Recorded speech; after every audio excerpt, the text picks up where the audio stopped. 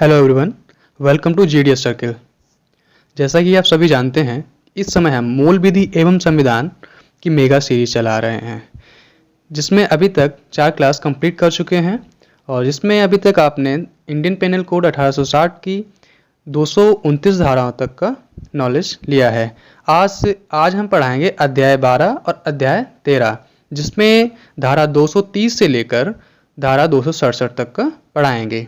चलिए फिर वीडियो को स्टार्ट करते हैं।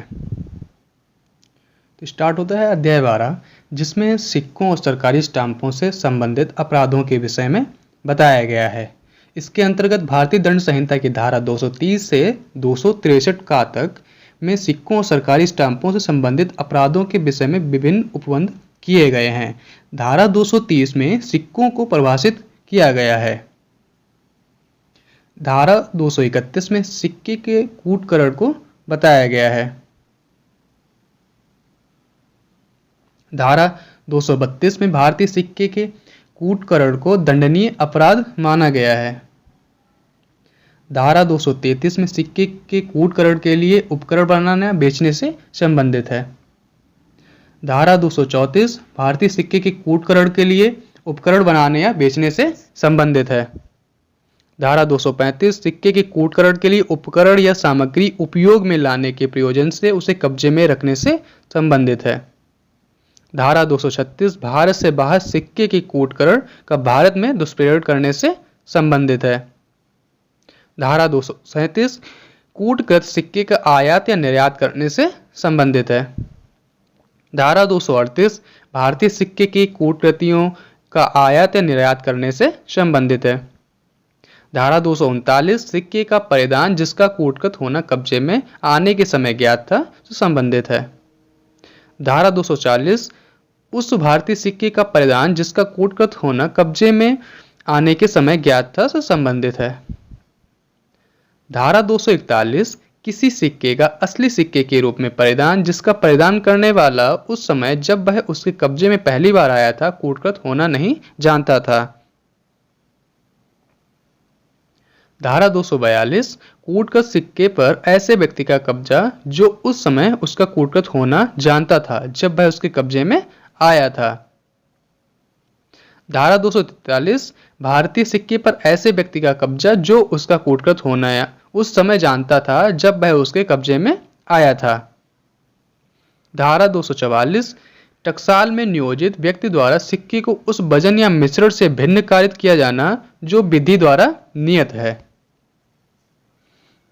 धारा 245 टकसाल से सिक्का बनाने का उपकरण विधि विरुद्ध रूप से लेने से संबंधित है। धारा 246 कपटपूर्ण या बेईमानी से सिक्के का वजन कम करना या मिश्रण परिवर्तित करने से संबंधित है। धारा 247 कपटपूर्वक या बेईमानी से भारतीय सिक्के का वजन कम करना या मिश्रण परिवर्तित करने से संबंधित है। धारा 248 इस आशय से किसी सिक्के का रूप परिवर्तित करना कि वह विभिन्न प्रकार के सिक्के के रूप में चल जाए।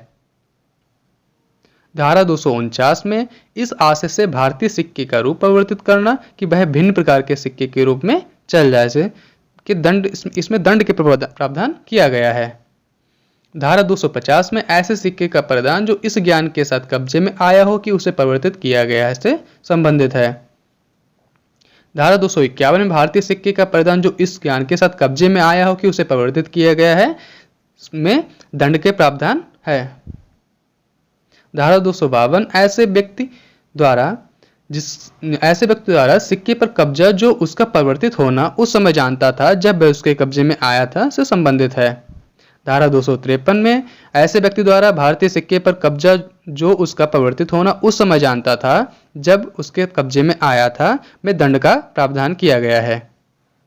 धारा 254 में सिक्के का असली सिक्के के रूप में परिधान जिसका प्रदान करने वाला उस समय जब वह कब्जे में पहली बार आया था परिवर्तित होना नहीं जानता था। धारा 255 में सरकारी स्टाम्प का कूटकरण करना दंडनीय अपराध माना गया है। धारा 256 सरकारी स्टाम्प के कूटकरण के लिए उपकरण या सामग्री कब्जे में रखने से संबंधित है।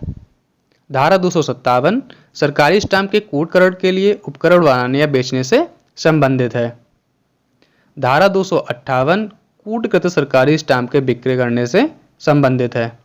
धारा 259 सरकारी कूटगत स्टाम्प को कब्जे में रखने से संबंधित है। धारा 260 किसी सरकारी स्टाम्प को कूटगत जानते हुए उसे असली स्टाम्प के रूप में उपयोग में लाने से संबंधित है।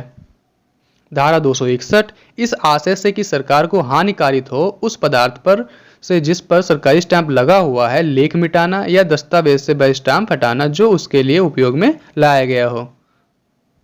धारा 262 ऐसे सरकारी स्टाम्प का उपयोग जिसके बारे में ज्ञात है कि उसका पहले उपयोग हो चुका है। धारा 263 स्टाम्प के उपयोग किए जा चुकने के घोतक चिन्ह का छीलकर मिटाने से संबंधित है। अब स्टार्ट होती है धारा 263 का, जिसमें बनावटी स्टाम्पों के प्रतिषेध माना गया है।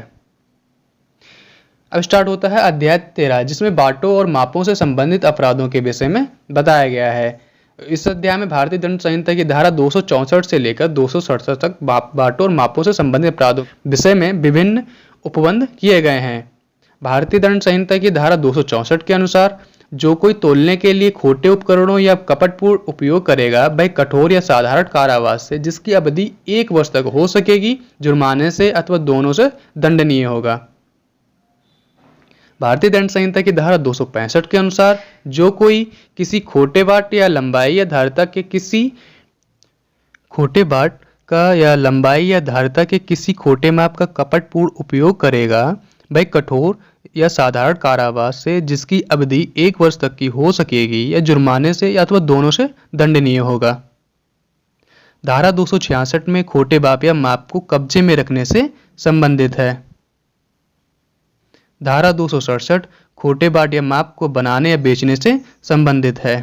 तो आज की क्लास में आज इतने ही, और कुछ क्विक फैक्ट्स भी हैं जिनको आप नोट कर लें, जैसे कि रेग बनाम गोविंदावाद, ये 1876 का वाद है, में हत्या और आपराधिक मानव हत्या में अंतर किया गया था।